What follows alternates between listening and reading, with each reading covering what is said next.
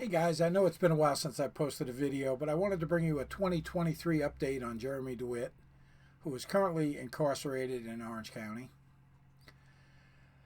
I guess Friday, and some of my subscribers reached out to me Friday. There were some new felonies that were charged against him in regards to insurance fraud and other things, and we'll go over those in a minute.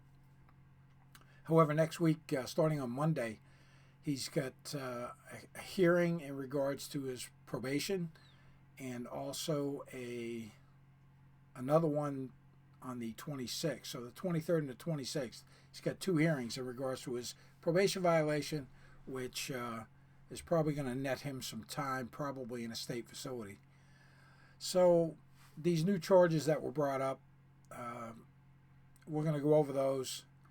And in regards to the stolen valor stuff, I have reached out to the news media down there and got a positive response in regards to it.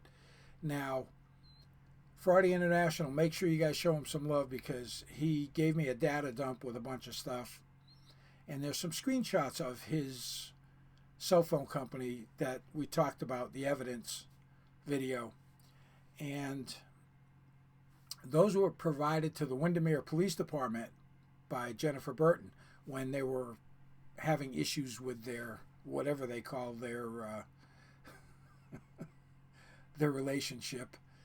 But yeah, she provided those to the Windermere Police Department. So those are in evidence at Windermere Police Department. Now, Orange County can get those. If they want to proceed with a state stolen valor charge, it would be very easy to do, as well as these new insurance things.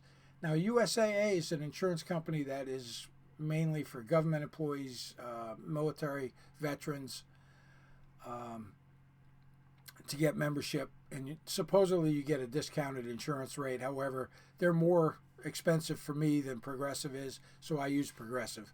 But that's another story. So let's take a look at the Orange County courthouse records and see what we got going on here. And so what we got going on, of course, we've got the reopened cases in regards to his probation violations. I'll just bring one of those up so I can show you the court dates on it. So if we scroll down to the docket, he's got one on the 23rd with Judge Wooten, and then he's got a second one on the 26th with Judge Wooten. And I expect that's going to come to some resolution. And I expect he's probably going to be doing some time in a state facility. But we'll have to wait and see. I'll be following those next week and watching the court records to see what happens. And then we come down. He's also got the yellow cab motorcycle accident thing where I believe his brother was riding the bike. There was some type of a mishap. It's all on video. We've watched it where he crashed the bike. Jeremy tells him to leave and then goes over and confronts the cab driver as if he was the one riding the motorcycle. So yeah, that's kind of a big deal there, and it's all caught on video, which is not good. And then he's got these two open cases that just popped as of the 19th. So if we take a look at those,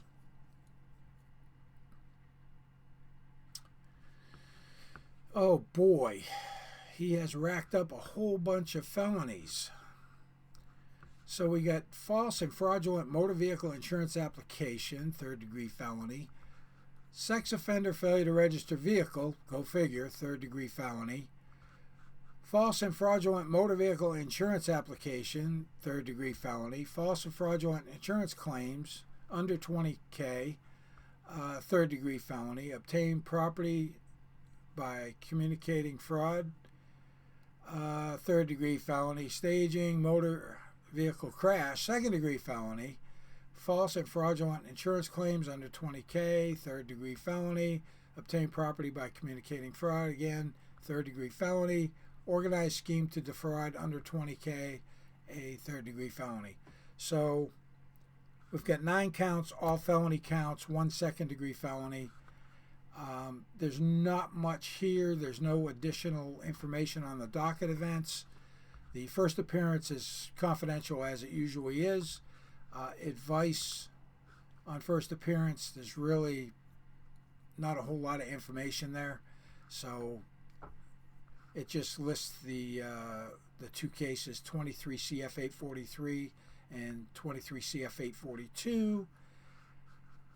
So nothing really to see there. And if we go back, we'll look at the second one. And the second one has just got a single charge of fraud, cash deposit, bank item with intent to defraud.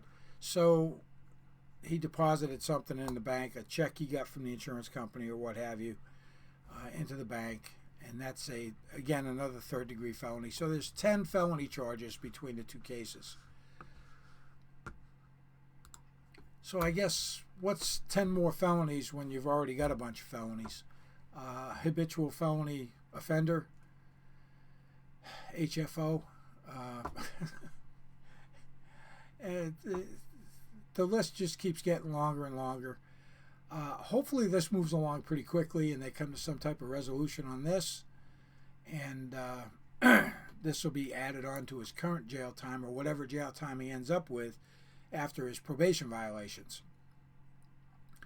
So the 23rd and the 26th, I'll be keeping an eye on that to see what the outcome of those are, and we'll see whether he gets to remain in Orange County Jail or if he gets transferred to a state facility. A lot of times, depending on what state you're in, Florida, I'm unaware as to what it is, but usually 5 years or less you can stay in a county house. 5 years or more you end up in a state facility. So we'll have to wait and see what happens with that. And my projection, he's going to get more than 5 years, just because of his blatant violations of his probation. He cries the victim all the time when it comes to this stuff. How can I do this if this, that, and the other? Jeremy, we're sick of hearing your bullshit. I'm hoping that there is a little bit of traction from some of the news media, and I can only guess that they've probably submitted their own Freedom of Information Act request through NPRC.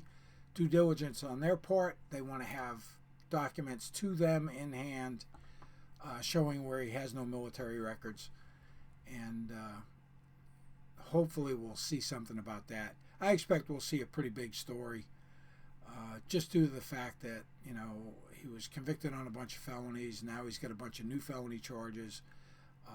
Whether or not they charge him with the state Stolen Valor Act, or even if the feds get involved and they go with a federal Stolen Valor Act violation, which the penalties for that have been upgraded up to 3 years in prison on that. So, you know, Jeremy's going to go away for a while. We're gonna lose all our content. I'm sure Fraudy's still getting all of his phone calls and all of that stuff, and I'm sure he'll be posting stuff that is of interest when it's available, and he does a great job with that. So make sure you go over to his channel, show him some love. So that's about all I got for you right now. This is the 2023 Jeremy Dewitte update. I'm also going to bring you a Kavanaugh update. Her sentencing date got pushed off until March, so we won't hear anything on her sentencing until March. But I'll do a big video on that once her sentencing takes place. We'll recap her whole phony military career and what she did. But with that, I'm just going to close out. Hey, if you like the channel, make sure you subscribe. Hit the bell for notifications. Thumbs up helps the algorithm. You know, I appreciate everything you guys do. I appreciate all the heads up I get via messaging and comments. I really appreciate it. Thank you so much. And as always, have yourself a great day.